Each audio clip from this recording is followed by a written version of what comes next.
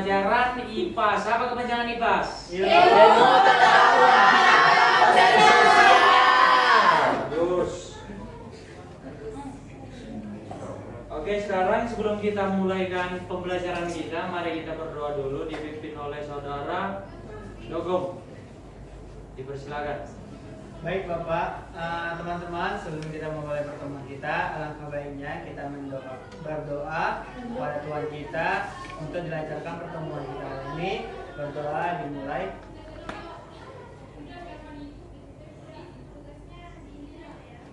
Amin. Berdoa selesai.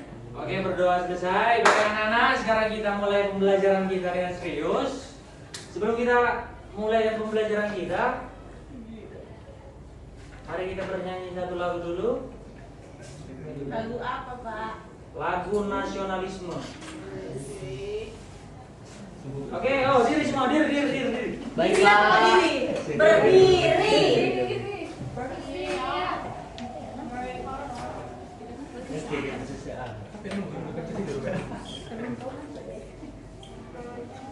Udah? Siap. Anak-anak, diri semua kita nyanyi dulu. Oke Bapak. Kita nyanyi lagu Garuda Pancasila. Udah siap semua? Siap. 1, 2.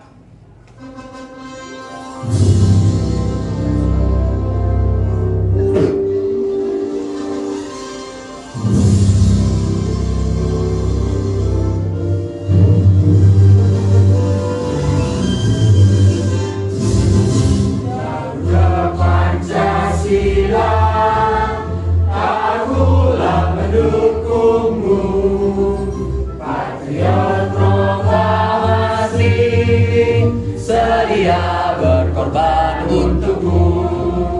Pancasila dasar negara, rakyat adil makmur sentosa, pribadi bangsaku.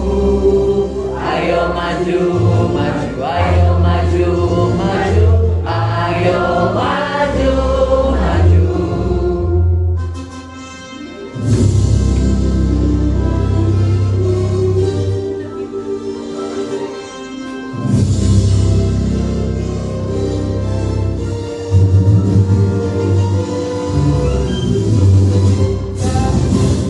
Oke, sekarang kita fokus pada pembelajaran kita pada hari ini. Pembelajaran kita hari ini adalah tentang Denahku adalah rumahku. Oke, Bapak mulai. Denah rumahku. Bapak mulai dulu. Ada yang tahu apa artinya denah? Tahu Bapak? Tahu, Bapak. Siapa? Ajukan tangan dulu. Siapa? Saya, Pak. Oke, silakan Angelica. Tunjuk arah, Bapak. Betul. Kalau rumahku, Yang kedua, Pak. Dogong dia, Dogong. Tempat Tadi kita kita, Dogong. tinggal. Kalau rumah itu rumah Pak, untuk tempat tinggal. Betul. Kamu punya rumah? Iya Bapak. Oke, kita lanjut. Pengertian daripada denah adalah representasi visual dari tata letak suatu tempat. Ini bisa berupa denah rumah, denah sekolah, atau denah kota. Dalam bahasa sehari-hari, denah bisa disebut gambar atau peta yang menunjukkan lokasi suatu tempat atau ruang. Jadi Bapak sebelum lanjut, Bapak mau cerita sedikit. Tadi kalian tengok Bapak tadi di belakang sini kenapa? Selesai. Betul. Tepuk tangan dulu Pak Dogong. Dogong. Mind blowing yang luar biasa. Jadi setelah kita tersesat, apa yang harus kita lakukan? Google kata. Google Maps. Kalau misalnya nggak ada HP gimana? Kompas. Nanya orang. Kita peta itu betul. Jadi Bapak di sini tadi menemukan suatu petunjuk tadi, ada yang ngasih tahu tadi di jalan. Tadi Bapak jumpa peta seperti ini. Tembung itu ya Pak? Kok tahu? Kiri, Pak. Sering main-main ketemu. Pak, tinggal saya di situ Pak. Yang biru itu Pak. Yang ini Iya Pak. bagus sekali. Besar itu Pak. Iya. Rumah Dogong kok terbalik Pak? Kembali lagi ya. Oke, jadi di sini Bapak kemarin lewat jalan Tembung tadi. Enggak, malah bukan di situ. Jadi tadi Bapak lewat di situ persis rumah kayak gini jalanannya. Terus ini Di sini tadi saya sudah berkoordinasi dengan teman-teman kalian bahwa di sini ada letak rumah jogong. Di sini rumah sama.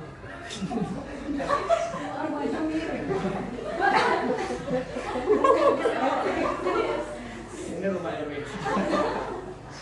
Oke, jadi di sini kita lanjut ke pembahasan kita. Kita mungkin tadi sharing-sharing santai-santai. Jadi sekarang kita lebih fokus lagi. Jadi pembahasan kita di sini apa sih fungsi daripada denah tersebut? Coba siapa yang bapak mau yang megang kamera itu? Mungkin silakan.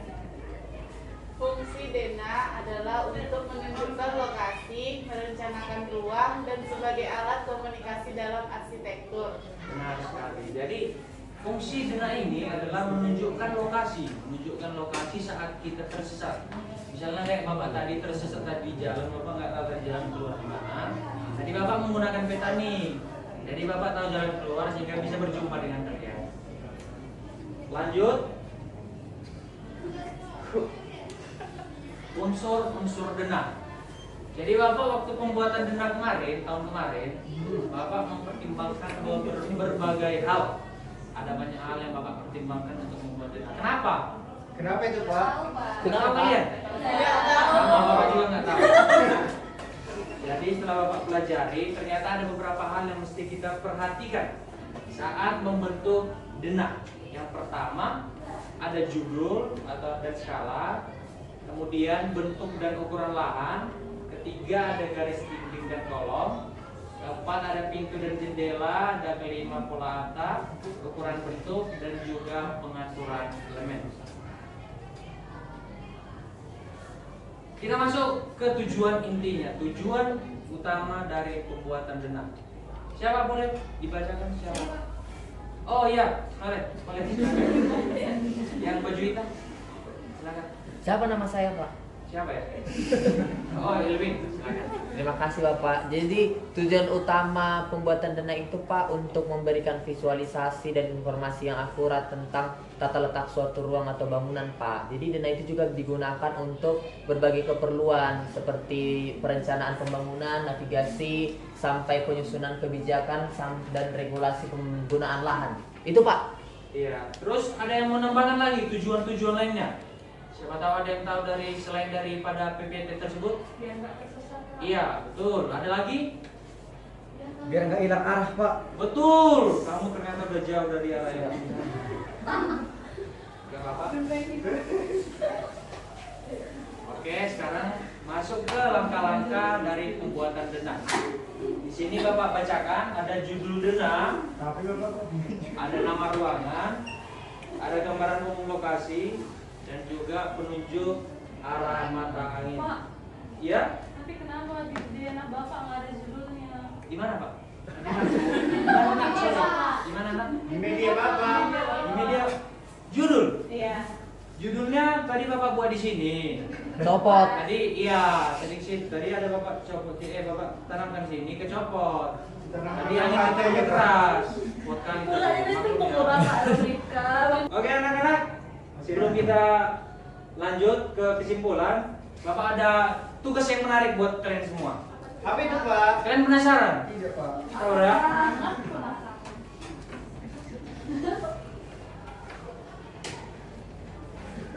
Di sini Bapak ada berbagai tugas ringan. Jadi ini Bapak bagi. Ini udah dibagi per kelompok belum? Sudah Pak. Sudah Ya, Pak. jadi mana kelompok 1? Kami enggak sih. Kelompok 1, kelompok 2, Kami kelompok 3, kelompok 4. Oke, jadi ini Bapak bagikan LKPD-nya. Segera dikerjakan ya anak-anak. baik Bapak. Mana untuk Bapak? Belajar. Kok ada nama Ketus Pak?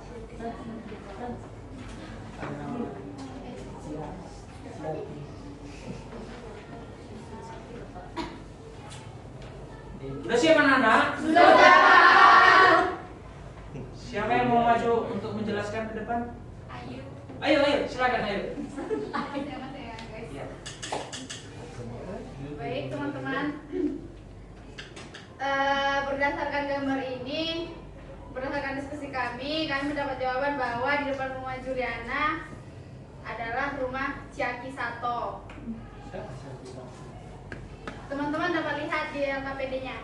Kemudian di samping kanan rumah Claudia adalah rumah CDS. Kemudian di samping kiri rumah Ketut adalah rumah Cahaya Dewi. Di depan rumah Neil adalah rumah CDS.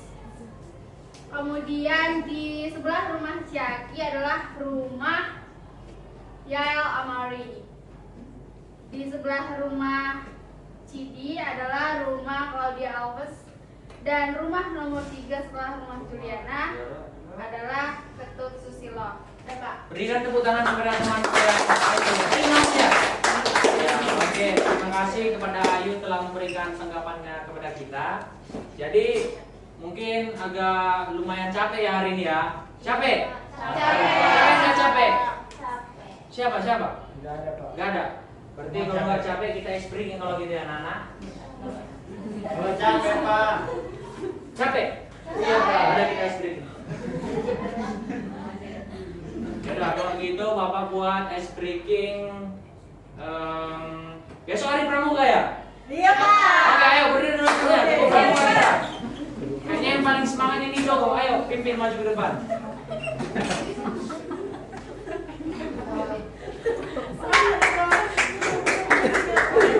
Ayo, tepuk pramuka. Bagaimana nih, Pak? Tepuk pramuka. Oke, Pak. Untuk semuanya dengarkan arahan ya. 1, 2, 3. Tepuk pramuka.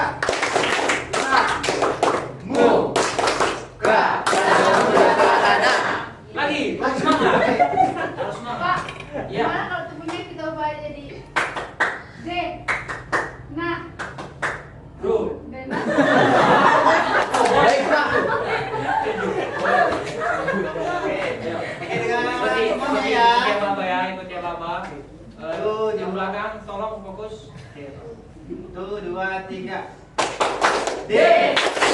Nah, Ru, Ma,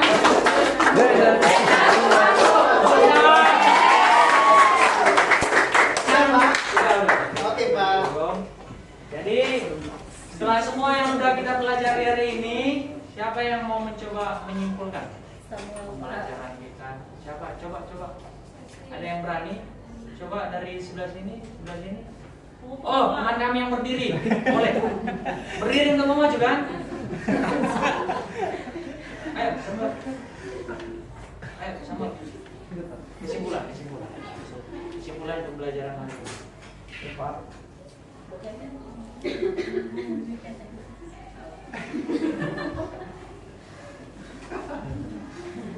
Jadi kesimpulan yang bisa saya dapat, Dina adalah representasi visual yang lebih kecil dari yang aslinya. Biasanya Dina digunakan supaya tidak tersesat, tidak salah sejalan, tidak salah kak jalan.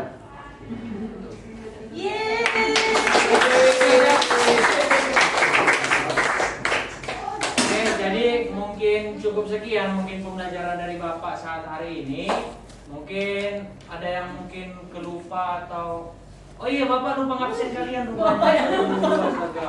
Hadiran kalian sangat penting buat Bapak. Siapa yang hadir hari ini? Ada, Pak. Satu, Pak. Kasih Siapa? Namanya gulu. gulu ya. Oh, kenapa nggak masuk dia? Neneknya lahirkan. Oh nggak ada kabaran ya sama kita? Neneknya lahir, Pak. Oke, udah nggak apa-apa, kita maklumi mungkin itu kegiatannya juga. Jadi cukup sekian mungkin pembelajaran kita sebelum kita menutup. Kita sudah memulai dengan doa, jadi kita harus tutup dengan doa. Siapa yang mau memimpin kita? Siapa? Boleh, ayo maju. Maju. Oh ya, diri dulu. Siapa yang mau? Baik teman-teman, duduk yang rapi. Sebelum pulang, mari kita berdoa menurut kepercayaan dan agama masing-masing. Berdoa dimulai. Berdoa selesai. Amin. Oke, Oke. cukup sekian. Sampai jumpa di hari yang akan datang. Dadah.